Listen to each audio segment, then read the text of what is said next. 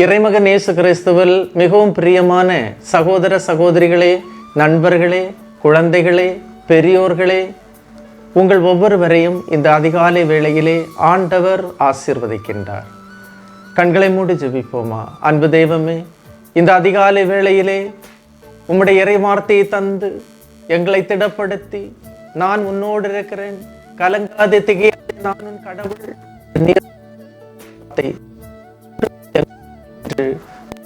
இருக்கின்றது. நாங்கள் நடக்க வேண்டிய பாதையில் அது வெளிச்சமாக இருக்கின்றது. எங்களை ஆசீர்வதி, பிள்ளைகளை ஆசீர்வதித்து உம்முடைய தூய ஆவியின் அருள் எங்களை விட்டு நீங்காமல் இந்த நாளில் எங்களோடு பயணிப்பதற்கும் வழிநடத்தி செல்வதற்கும் ஆசீர் புரியும். ஆமென். அன்பு மிக்கவர்களே, இன்றைய நாளிலே நாம் தியானிப்பதற்காக எடுத்துக்கொண்ட இறை வார்த்தை திருத்தூதர் பணிகள் 13ஆம் அதிகாரம் 47-48 இறை வார்த்தை.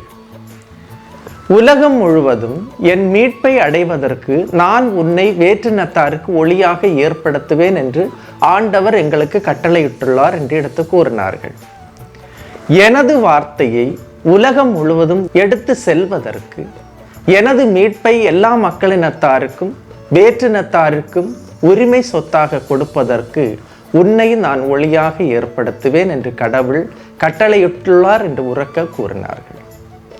இறை வார்த்தை கேட்கின்ற எனது சகோதரமே, நண்பனே, பெரியோர்களே, இன்று உன்னை கடவுள் ஒரு விளக்காக பயன்படுத்துகிறார்.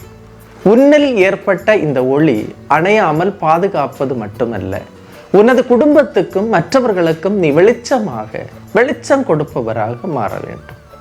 ஆண்டவர் உன்னை குன்றின் மேலிட்ட விளக்காக எரியச் செய்வார். உனது ஒளி நோக்கி பலரும் வருவார். நீ பலருடைய மீட்புக்கு காரணமாய் விளங்குவாய். நான் எப்படி பிறருக்கு வெளிச்சமாக இருக்க முடியும் என்று நீ கேட்கலாம். நம்மில் குறை உண்டு, பலவீனம் உண்டு. நான் ஒரு பாவி, நான் தகுதியற்றவன் என்று நீ நினைக்கலாம். கடவுள் உனது குறையை அறிவார், உனது பலவீனத்தை அறிவார், உனது தகுதியின்மையை அறிவார். அனைத்தும் அறிந்த கடவுள் உன்னை ஒளியாக ஏற்படுத்துவார். காரணம், குறைவானதை நிறைவாக்குபவர் கடவுள், பலவீனத்தை பலப்படுத்துபவர் கடவுள், தகுதியின்மையை தகுதிப்படுத்துபவர் கடவுள். உனது தகுதியின்மையில்தான் கடவுளின் தகுதி வெளிப்படும். உனது பலவீனத்தில் தான் கடவுளின் பலம் வெளிப்படும். இந்த கோணலான எழுத்தாணியை கொண்டும் கடவுளால் நேராக எழுத முடியும். அடுத்த இறைவார்த்தை 48வது இறைவார்த்தை. இதை கேட்ட பிற இனத்தார் மகிழ்ச்சி அடைந்தனர், ஆண்டவரின் வார்த்தையை போற்றி புகழ்ந்தனர். யூதர்களுக்கு மட்டுமல்ல, பிற இனத்தாருக்கும் நற்செய்தி அறிவிக்கப்பட்டது. பிற இனத்தாரும் தூய ஆவியில் நிறைந்தார்கள். நிலை வாழ்வுக்கான நற்செய்தியை கடவுள் எங்களுக்கும் தந்தார் என்று கடவுளை துதித்தார்கள், புகழ்ந்தார்கள், வாழ்த்தினார்கள். கடவுளின் ஆவியால் தூண்டி எழுப்பப்பட்ட இந்த மக்கள் கடவுளுக்கு சான்று பகர்ந்தார்கள், சாட்சிய வாழ்வு வாழ்ந்தார்கள்.